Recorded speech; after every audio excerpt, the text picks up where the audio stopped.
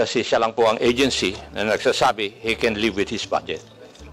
Wala pa po akong naririnig na head of agency, head of department, na nagsasabi he will live with the budget given him by the government. So, congratulations po, Ombudsman Samuel Martires. Now, the COA at saka yung Ombudsman, they are supposed to be the guardians or the agencies primordially responsible for our operations insofar as our government is concerned. Sana po, magkaroon po ng cooperation yung COA at saka Ombudsman kasi kailangan po silang mag-coordinate para po dun sa mga kaso na dapat ma-file sa korte. Because I agree with the Ombudsman when he stated na yung endemic na po ang corruption. Why? Because in the Corruption Perception Index among 6 ASEAN nations, tayo po ang pang-anim eh.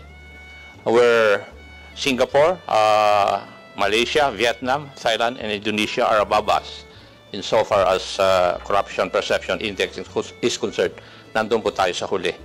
Now, may I ask the Ombudsman, bakit po yung, insofar as your case statistics are concerned, from 2020, your conviction rate was 61.2%. It went down to, in 2022, to 26.5%. May I know what caused this drop insofar as your conviction rate is concerned, Mr. Chair? Your Honor, ito po yung sinasabi ko kanina, the unfair evaluation of the Office of the Ombudsman, where our performance is based on the conviction rate. The Office of the Ombudsman functions as a prosecutor and not as a judge. Whatever findings we have, insofar as we are concerned, there is probable cause. Insofar as we are concerned, our case is strong. The only problem is, pagdadating po sa husgado, iba po ang pananaw ng huwes, whether with the Sandigan Bayan or with the lower court. So, I reiterate that we should not be judged on the number of convictions that we have. Hindi naman kami pwedeng maging investigador, a prosecutor, and a judge all at the same time. So we stop at the role of being a prosecutor, investigator, and a prosecutor. So ito lang po ang hinihiling ko, not only in Congress, but also with those who would rate the Office of the Ombudsman, especially Transparency International, some agencies of the United Nations. Wag naman kami sasabihin, i-rate kami on the basis of our performance as conviction sa court. Hindi ho kami husgado eh. Kami ay prosecutor. We cannot tell the justices of the Sandigan Bayan or the judge of the regional trial court, i-convict ninyo. Of course, we cannot do that. In much the same way, not if we secure conviction from the Sandigan Bayan, the accused goes up to the Supreme Court, ibang pananaw ng Supreme Court, reverses the Sandigan Bayan, and convicts the accused. Marami yung ganyan eh, or acquits the accused. So, I find it so unfair that the Office of the Ombudsman or our fight against corruption is based on the number of convictions. E ano na lang ang nangyari sa mga pinaghirapan, pinagpawisang mga investigasyon sa mga kaso, where we even go to the extent of going to Patikul. We go to the extent of, going to, in fact, one of my prosecutors, one of my investigators has to resign. He was threatened by a mayor in Region 6. Nanghihingi po siya ng mga dokumento, sinigawan siya ng hindi niya alam na yun ang mayor, tinanong siya, sino ka? Dahil hindi niya kilala, sumagot din siya, sino ka rin ba? So, from that time on, he was threatened by the mayor, he has to resign and he's now in Canada. So ito yung mga facts, mga realities na dinadaanan namin na hindi na-appreciate itong mga nagre-rate sa amin. Ang tinitingnan lang po yung conviction rate, sana po wag yung conviction rate. Dahil kahit ano pong sabihin namin, kahit i-assign ko dyan ang isang napakagaling na abogado, kumuha pa ho kami ng isang private lawyer na napakagaling, kung iba po ang pananaw ng husgado, wala kayong magagawa.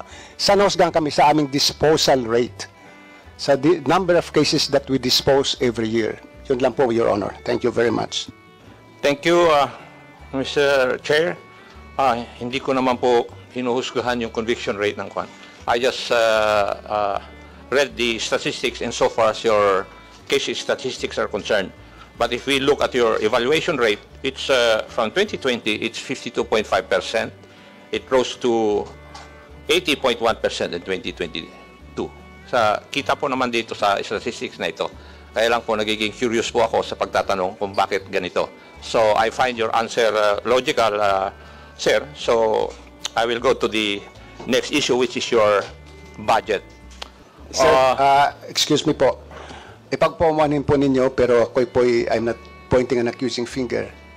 Nakasanayan pong gawin ng mga tao sa ombudsman na gumawa ng ganiting report na nilalagay yung conviction rate. Ayoko na lang pong baguhin yon, baka magmukhang kontrabida po ako sa mga predecessors ko. Maraming pong salamat. Thank you. Mr. Chair, if we look at the budget of the ombudsman, its cost structure would be 3.4 billion for general administration and support, which it's because of their PS, and 30.2% or 1.5 billion for operations. Now, kung titingnan po natin yung operations budget nila, the bulk would go to anti-investigation program. The second one would be anti-enforcement program, and the third one would be corruption program, which would take 6.4% of their operations budget, and 84.3 million for Ombudsman Public Assistance Program. May I just ask, Mr. Chair, bakit po yung prevention aspect dito ay mas maliit po ang budget kaysa dun sa anti-investigation program at saka anti-enforcement program? Hindi po ba dapat mas maganda yung gastusan na lang po natin ng mas malaki yung ating prevention, kasi we are preventing the commission of kung titingnan po natin, parang ang emphasis natin is after the fact, hindi po yung prevention aspect, Mr. Chair. Mr. Chair, Your Honor, yung pong prevention program ng Ombudsman, this pertains po sa mga seminars o training programs na ginagawa namin sa kabataan and some various government offices. Para lang po sabihin sa kanila ano ng mga batas tungkol sa corruption. Kaya medyo maliit lang po ang budget namin, kasi ang ginagastusan lang naman po doon yung materials at saka pagkain. Hindi na po kami nagbabayad ng mga resource persons dahil mayroon na po kami sariling resource persons within the office. So kaya medyo maliit lang po ang budget para doon. Thank you.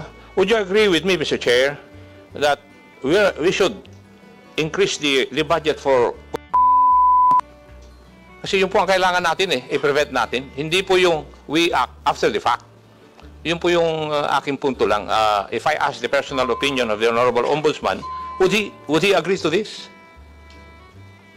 Your Honor, 1,001% I agree with you. Marami pong salamat, Your Honor, and Mr. Chair, marami pong salamat. Thank you.